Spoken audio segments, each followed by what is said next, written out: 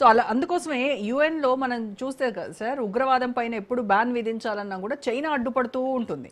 ఇది మనం గత కొంతకాలంగా చూస్తూనే ఉన్నాం. అంటే ఈ గ్లోబల్ పాలిటిక్స్ మారినంత వరకు కూడా ఈ సమస్యకు శాశ్వత పరిష్కారం దొరకదంటారా ఇంకా? అంతే కదమ్మా, మనకు గ్లోబల్ సిచ్యువేషన్ కంప్లీట్ గా మారాలి. ఆ, ఎప్పటికప్పుడు వీటో ఉపయోగిస్తున్నది కూడా చైనానే మనకు వ్యతిరేకంగా. యుఎన్ఓలోనే డిక్లేర్ చేశాం కదా ఇతన్ని, హఫీజ్ సయీద్ ను టెర్రరిస్ట్ గా గుర్తించింది యుఎన్ఓ, అమెరికా కూడా గుర్తించింది. కానీ చైనా సపోర్ట్ చేయలేదు, మనకు వీటో చేసింది చాలా సార్లు. కనుక చైనా యొక్క అవసరాలు చైనాకు ఉన్నాయి. అయితే నేను ఇవన్నీ చెప్పినప్పటికీ కూడా నేను ఇంకొక మాట అంటున్నాను, మనకు ఇప్పట్లో భయపడే పరిస్థితులు లేవు. జెలసీ ఫ్యాక్టర్స్ తో వాళ్ళు ఎందరూ ఒకటి అవుతున్నటువంటి ఇవి కనపడ్డా మనకు ఇప్పటికిప్పుడు వస్తున్నటువంటి ఉదాహరణకు ఇజ్రాయిల్ కూడా ఆందోళన చెందుతోంది. పాకిస్తాన్ సౌదీతో కలవడం అనేది ఇజ్రాయెల్ ను మరింత డిస్టర్బ్ చేస్తున్నటువంటి విషయం. కనుక వరల్డ్ పాలిటిక్స్, గ్లోబల్ పాలిటిక్స్ ఎంత అది ఇది అవుతున్నప్పటికీ కూడా మనము భయపడాల్సినటువంటి పని లేదు. ఇప్పుడు బంగ్లాదేశ్ మొన్నటి వరకు మనము ఎనిమిగా కనపడ్డాము, అంతకుముందు స్నేహంగా ఉన్నాం, మళ్ళా స్నేహితము అవుతాము, రేపో మాపో అవుతాము. హసీనాను కూడా పంపించే ప్రయత్నం మనం చేస్తున్నాం. కనుక వాళ్ళ అవసరాలు, బంగ్లాదేశ్ అవసరాలు కూడా అలాగే ఉంటాయి. ఇంత పెద్ద బార్డర్, 3,000-4,000 కిలోమీటర్ల బార్డర్ ఉన్న బంగ్లాదేశ్ మనల్ని కాదని ఎక్కడ ఏ దేశంతో వెళ్తుందండి? వాళ్ళ ఆర్థిక అవసరాల కోసం ఎక్కడ వెళ్ళినా కూడా ఇబ్బంది ఏమి ఉండదు. బంగ్లాదేశ్ మనల్ని ఏ రోజు కూడా డిస్టర్బ్ చేయలేదు. అలాగే ఆఫ్ఘనిస్తాన్ ఉంది. ఆఫ్ఘనిస్తాన్ టెర్రరిస్ట్ లో ఉన్న దేశం అది, కానీ ఇండియా పైనే ఎక్కువ ఆధారపడుతూ ఉంటుంది. ఎందుకంటే విశ్వసనీయత లేదు ఎవరికి కూడా. చైనాను కూడా నమ్మలేని అమెరికాను కూడా నమ్మదు ఆఫ్ఘనిస్తాన్. పాకిస్తాన్ తో చాలా స్నేహం, ఇస్లామిక్ కంట్రీ అని అనుకున్నాం, కానీ ఇప్పుడు యుద్ధమే జరుగుతుంది వాళ్ళిద్దరి మధ్య.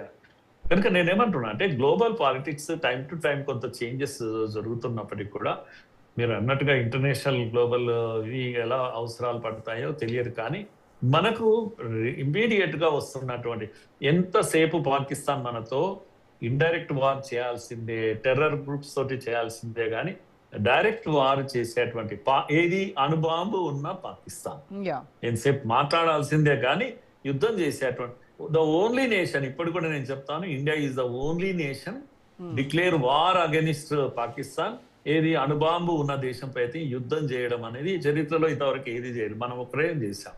ఎందుకంటే మనకు ఆ ధైర్యం ఉంది, ఆ సాహసం ఉంది, పాకిస్తాన్ కట్టడి చేయగలుగుతాం. ఈవెన్ అణుబాంబు యుద్ధానికి పాకిస్తాన్ తయారైనా అది ఇష్యూ ఎవరికైతుంది అంటే అమెరికాకు అవుతుంది. ఎందుకు అమెరికా అంత తొందరగా కంట్రోల్ చేసింది అని అంటే, అమెరికా అవసరాలు ఉన్నాయి, అమెరికా స్థావరాలు ఉన్నాయి, అమెరికా ఆర్మీ ఉంది అక్కడ పాకిస్తాన్ లో.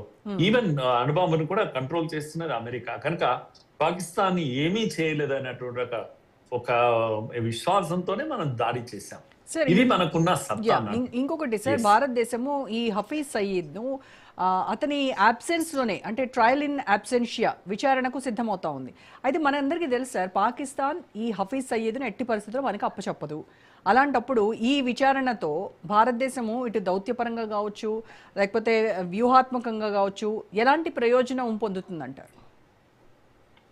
నేను అనుకుంటున్నాను, హఫీజ్ సయీద్ అందరితో ఒకటి ఇతర చాలా మంది టెర్రరిస్టులు ఇక్కడే కాదు, ఈవెన్ కెనడాలో లేకపోతే లండన్ లో అక్కడ ఇక్కడ మన ఎనిమీస్ చనిపోయారు. ఈ మధ్య అన్నోన్ కిల్లర్స్ కొందరు బయలుదేరి వాళ్ళని చంపుతున్నారు. ఎవరిని? మన ఎనిమీస్, మన పైన ఉగ్రదాడులు చేసిన వాళ్ళను కంటిన్యూస్ గా చంపుతున్నారు.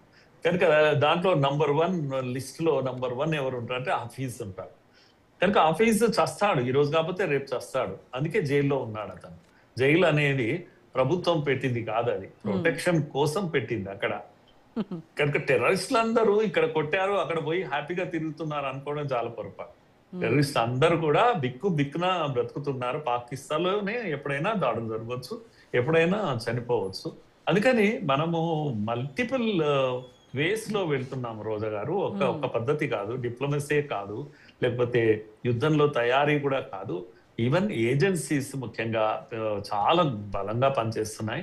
భారతదేశంలో ఏ ఉగ్రదాడి జరగకుండా 10 ఏళ్ల నుంచి మనము ఒక పహల్గాం అక్కడ తప్ప దేశం అంతటా జరిగేది, సౌత్ నార్త్ తేడా లేకుండా ఈ దాడులు ఏవైతే జరుగుతున్నాయో ఇప్పుడు వాటిని కట్టడి చేయగలిగినామంటే మన ఏజెన్సీస్ యొక్క ఇది, తర్వాత మన టెక్నాలజీ పెరిగింది బాగా ఈ మధ్య కాలంలో. సో ఈవెన్ బార్డర్స్ ను కూడా మనము టెక్నాలజీతోనే ఏఐతో కూడా బార్డర్స్ ను మనం సీల్ చేస్తున్నాము ఇప్పుడు. సో అంటే చీమ చిట్టుకుమన్నా మనము ఇంతకు ముందు కాశ్మీర్ లో ముఖ్యంగా లోయలో మనకు ఈజీగా వీళ్ళు టెర్రర్ వాళ్ళు రావడం పోవడం అనేవి జరిగేవి. నేను సార్ ఒకసారి ఇప్పటికి అనుకోకుండా కూడా నేను చూశాను. బయట నుంచి ఎవరైతే ఈ చొరబాటు ఉగ్రవాదులు ఎవరైతే వచ్చారో వాళ్ళకి లోకల్ గా సపోర్ట్ చేస్తారు, స్థానికులే అక్కడ ఉన్నటువంటి వాళ్ళే వీళ్ళు సపోర్ట్ చేస్తూ ఉంటారు. లాజిస్టిక్స్ కావచ్చు, షెల్టర్ కావచ్చు, వాళ్ళకి ఐడెంటిటీ ఇచ్చేటువంటి విషయాలు కావచ్చు, వాళ్ళ సపోర్ట్ లేని వీళ్ళు మూవ్మెంట్ ఉండదు.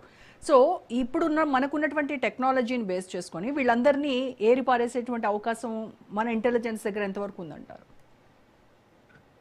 మొన్నటి పహల్గామ్ కు ముందు ఈ చర్యలు తీసుకున్నారు. అంటే మన వాళ్ళు ఎవరెవరు సహకరిస్తున్నారు అనే విషయం మీద అంతకుముందు మీకు గుర్తుంటుంది, ఢిల్లీలో ఒక దాడి జరిగిందమ్మా, కార్ పేలింది. అది అక్కడి నుంచి అప్పుడే ఈ చర్యలు తీసుకున్నారు. వాళ్ళు డాక్టర్స్ అయినప్పటికీ కూడా ఈ యొక్క టెర్రర్ యాక్టివిటీలో ఎలా ఉన్నారు ఏంది ఇదంతా పరిశోధనలోనే బయటికి వచ్చినటువంటి విషయం. అలాగే కాశ్మీర్లో వీటి మీద పహారా ఎక్కువ అయిపోయింది.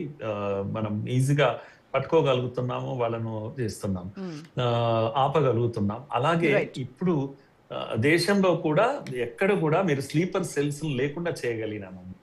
మనకు సహకారం తగ్గింది, మన వాళ్ళ సహకారం కూడా పూర్తిగా తగ్గిపోయింది. రెంట్కి ఇవ్వడము, మన ఇళ్లలో వచ్చి ఉండడం, ఇవన్నీ ఏమీ లేకుండా పోవడంతోనే ఈ ఉగ్ర కుట్రలు అనేవి భగ్నం అవుతున్నాయని గట్టిగా తెలుస్తున్నటువంటి విషయం అమ్మా. Right sir.